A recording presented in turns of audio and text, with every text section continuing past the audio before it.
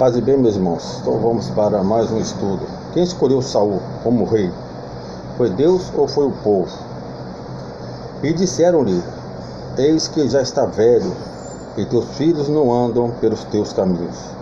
Constitui-nos, pois, agora um rei sobre nós, para que ele nos julgue, como o tem todas as nações. Porém, essa palavra pareceu mal aos olhos de Samuel, quando disseram: dá-nos um rei, para que nos julgue. E Samuel orou ao Senhor. E disse o Senhor a Samuel: ouve a voz do povo em tudo quanto te dizem, pois não te tem rejeitado a ti, antes a mim me tem rejeitado, para eu não reinar sobre eles. Então, nesse caso, meus irmãos, Samuel foi o último juiz, né? Além do profeta, juiz. E o povo já estava cansado já, né? Cansado, querendo um rei. E os filhos de Samuel, né? Pelo que a gente lê aqui, ó, eis que já está velhos, e teus filhos não andam pelos teus caminhos. Então, quer dizer, os filhos de Samuel estavam andando em caminhos errados, né? De acordo com 1 Samuel, capítulo 8, versículos 5 a 7. Aí o povo queria um rei para reinar. Aí foi atrás, né, de Samuel, exigindo que nomeasse um rei. Aí Samuel orou, e o que Deus disse? E disse o Senhor a Samuel: ouve a voz do povo em tudo quanto te dizem, pois não tem rejeitado a ti, antes a mim me tem rejeitado, para eu não reinar sobre eles. Então Deus está falando com Samuel que o povo não está rejeitando ele, Samuel, mas está rejeitando Deus, né? O que a gente vê hoje, né? Hoje tá a mesma coisa aí, né? Só que nesse caso aí seria o povo tá querendo Deus, né? Vamos dizer assim, né? Que reine Deus. Mas infelizmente aí, o nosso tribunal, né, superior eleitoral e o Tribunal Superior Federal está querendo colocar lá, né, uma pessoa que não tem credibilidade, né, dentro do povo, né? Então, o que aconteceu então com o rei Saul? Não se pode pensar um texto da Bíblia sem respeitar o contexto. Então, nós temos que olhar o contexto, né, meus irmãos? O contexto, o período histórico em que foi escrito, a trajetória dos personagens envolvidos. Nem tudo é claro, mas das passagens bíblicas. Razão porque a interpretação gera uma série de doutrinas, religiões e seitas. Se você for examinar até as coisas mais bizarras, mais esquisitas, usa um texto bíblico como fundamento. Até o dançar com serpentes baseia sua fé no texto de Marcos, por mais que não tenha qualquer justificativa minimamente sensata. Israel era regida por juízes, não havia governantes humanos. O que se praticava era a teocracia, né? É a doutrina, né? Deus, né? Então Deus que comandava ali, teocracia. Então Deus que tomava conta, que é o sistema do governo em que todas as ações são submetidas a Deus, ou às normas de algumas religiões, quando o poder central é exercido pelos clérigos, que são os cidadãos que pertencem a alguma ordem sacra de alguma religião. Costuma-se chamar a isso de creocracia. No caso de Israel, a teocracia foi implantada desde a sua saída do Egito. Primeiro foi Moisés, Josué, depois deles foram os juízes, que julgavam as causas, as divergências de cidadania e falavam com Deus. Eles eram os canais de Deus com o seu povo, por assim dizer. Pois bem, Samuel era profeta, mas também era o juiz de Israel. E como Samuel envelheceu e já não podia suportar a dura jornada, seus filhos foram constituir juízes sobre Israel. E o problema começou bem aí. Os filhos de Samuel, Joel e Abia, não eram fiéis a Deus. Não andaram nos caminhos de seu pai, e isso deixou o povo descontente. Os anciãos de Israel foram falar com Samuel e disseram a ele que os filhos dele não estavam agradando a congregação e que eles queriam agora um rei de verdade, que reinasse sobre eles e julgasse suas causas do jeitinho que acontecia com as outras nações. Samuel levou para o lado pessoal e ficou bravo mesmo. Mas com o servo de Deus inteligente, ele foi se queixar com Deus. E o Senhor disse a Samuel: ouve a voz do povo em tudo quanto te dizem, pois não te tem rejeitado a ti. Antes de mim, me tem rejeitado, para eu não reinar sobre eles. 1 Samuel 8:7. Meus irmãos, aí que a gente vê hoje, né? Apesar de que nós brasileiros, né, nós não elegemos o outro lado da questão, né? Mas um homem que, apesar dos seus erros, dos seus pecados, mas era um homem de Deus, né? Já do outro lado, infelizmente, aí a teologia aí já parte não de Deus, né? Não uma teologia bíblica, vamos dizer assim. E alguns aí, né, não vou dizer citar o nome, mas acho que vocês sabem o que eu estou falando. Alguns aí estão querendo que ele se assume, né, a partir aí do ano que vem. Então nós temos que ter muita oração aí. Se Deus permitir, ele será empossado no ano que vem, se Deus permitir, tá certo? Deus, que viu o coração do homem, sabia que a rejeição de Israel não era com Samuel e que a conduta pecaminosa de seus filhos era apenas a desculpa que precisavam para a reivindicação que fizeram.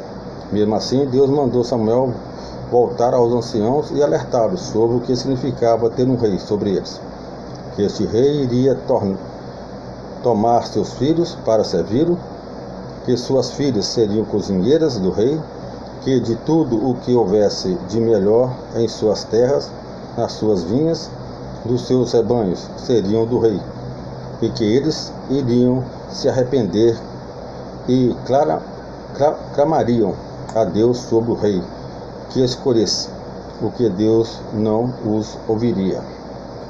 As advertências de Samuel de nada adiantaram. O povo estava firme no propósito de ter um rei. E mais, eles queriam ser como as outras nações, e disseram a Samuel: não, mas haverá sobre nós um rei, e nós também seremos como todas as outras nações. E o nosso rei nos julgará, e sairá diante de nós, e fará as nossas guerras. 1 Samuel 8, 19, 20. Estava claro que o povo de Israel estava deslumbrado com a ideia de ter um rei. Eles queriam ser iguais às outras nações, queriam o status de súditos. Grande coisa. Samuel contou tudinho ao Senhor, como se fosse preciso, mas ele precisava desabafar. Tudo bem, Deus disse que Samuel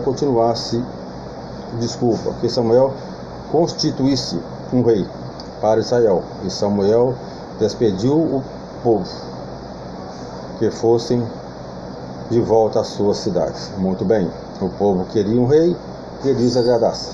Estava claro, os israelitas queriam um guerreiro, um cara de bela figura para ostentar as nações vizinhas.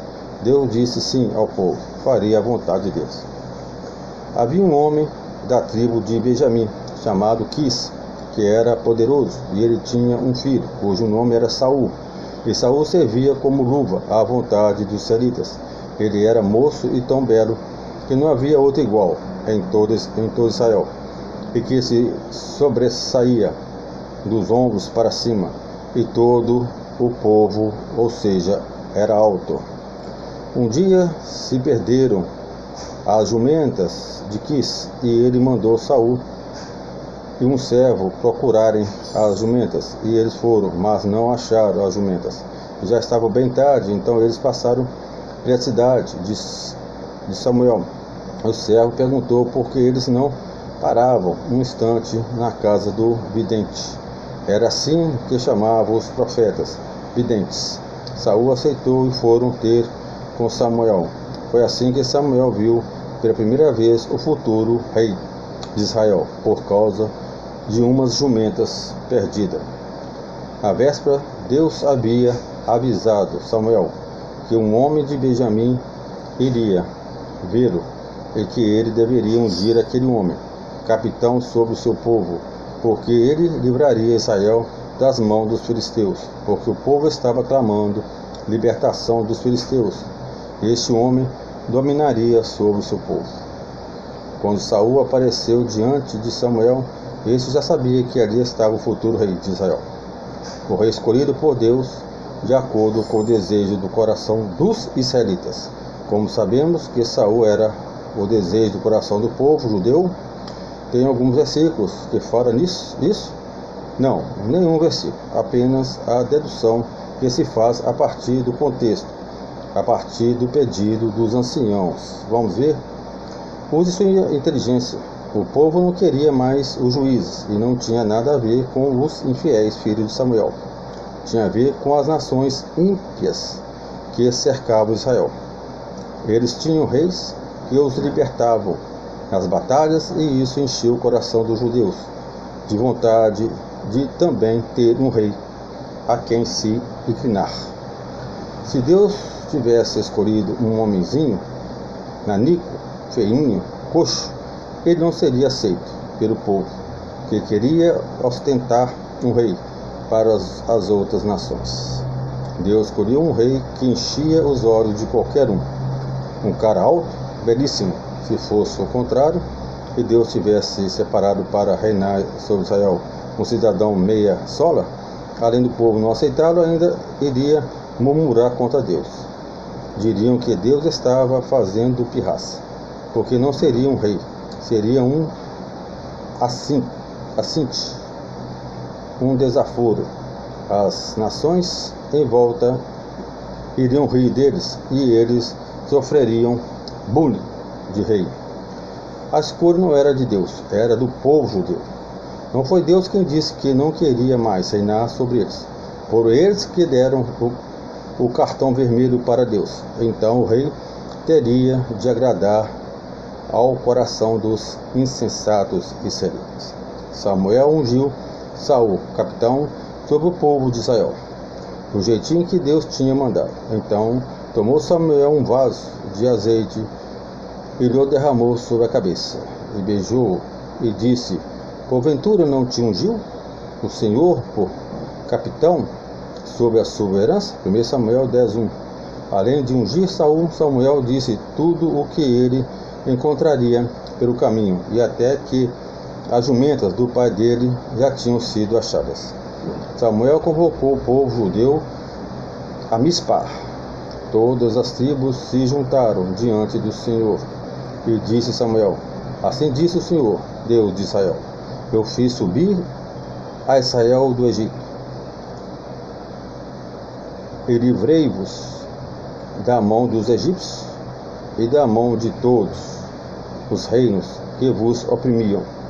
Mas vós tendes rejeitado hoje o vosso Deus, que vos livrou de todos os vossos males e trabalhos, e lhes tendes falado: põe um rei sobre nós agora, pois pode-vos perante o Senhor pelas vossas tribos e segundo os vossos milhares. 1 Samuel 10:18-19. Havia um ritual a ser feito, e assim Samuel fez chegar todas as tribos separadamente diante do Senhor, e separou a tribo de Benjamim, e fez passar Benjamim por suas famílias, e separou a família de Matri, e dela tomou a Saul, filho de Quis. Só teve um probleminha: não achava Saul de jeito nenhum. Foi preciso perguntar ao Senhor se ele tinha certeza que o homem era Saul, porque ele não estava ali. Veja só, Israel queria um rei. Deus concordou, escolheu Saul, e Saul tomou Doril, ou seja, sumiu. Mas Deus respondeu na hora, disse: eis que se escondeu entre as bagagens. 1 Samuel 10:22b. O futuro rei de Israel estava escondido, com medo, sem entender direito o que significava tudo aquilo. Mas os homens foram lá, carregaram Saul e o colocaram no meio do povo, e ele era mais alto que todo mundo. Depois que acharam o homem, disse Samuel a todo o povo: Vede já a quem o Senhor escolheu? Pois em todo o povo não há nenhum semelhante a ele. 1 Samuel 10, 24b. O povo gostou dele, era um homem vistoso, não era muito valente, mas com isso o povo podia conviver, e depois ele se ajeitaria. O importante é que eles já tinham um rei. E todo o povo se jubilou, se alegrou muito e gritaram: Viva o rei! Samuel declarou ao povo o direito do reino e escreveu num livro que foi posto diante do Senhor. E então ele despediu o povo, que voltou cada um para sua casa, inclusive o novo rei foi para a casa dele. Mas Deus moveu o coração de alguns homens do exército de Israel, que seguiram o novo rei. Foi assim que começou a história dos reis em Israel. A escolha do primeiro rei sobre Israel foi inusitada. Samuel sentiu pessoalmente ofendido com o desejo do povo de não ter mais juízes, mas sim um rei. Samuel não sabia direito lidar com a rejeição.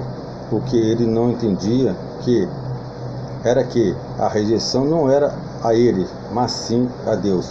É o que a gente vê hoje, né, meus irmãos? Infelizmente, o homem, né, rejeita a Deus, né? Está rejeitando a Deus e está escolhendo um homem, né? Essa é a questão, né? Essa é a questão. O rei que reinava por sobre todo Israel. Até então, o rei teria de agradar ao povo. Lembre-se que rebeldia era a especialidade do povo hebreu. Desde sua saída do Egito, eles não aceitariam menos que o melhor. E Samuel disse isso claramente: pois em todo o povo não há nenhum semelhante a ele. A prova que o povo queria apenas a bela aparência do novo rei é que eles não se importaram que o novo rei estivesse escondido na bagagem, escondidinho, com medo, com a covardia do novo rei. Eles podiam lidar, mas se o rei fosse aparentemente um Zé Mané, a coisa tinha ficado feia mesmo. Mas era belo o rei Saul, e isso bastava para jubilar o coração do povo. É evidente que a escolha foi feita pela figura de Saul, e isso acontece conosco até o dia de hoje. Somos tentados a julgar pela aparência, somos atraídos pelo belo, ainda que o belo seja um sapo em forma de príncipe. O que vale para o mundo, para a sociedade, é o ter, o ser, o poder, e nunca o caráter, os princípios, a conduta das pessoas, né, meu irmão? A conduta, né? Veja bem, a conduta, hein? Qual é a conduta do nosso futuro presidente? Qual é a conduta dele?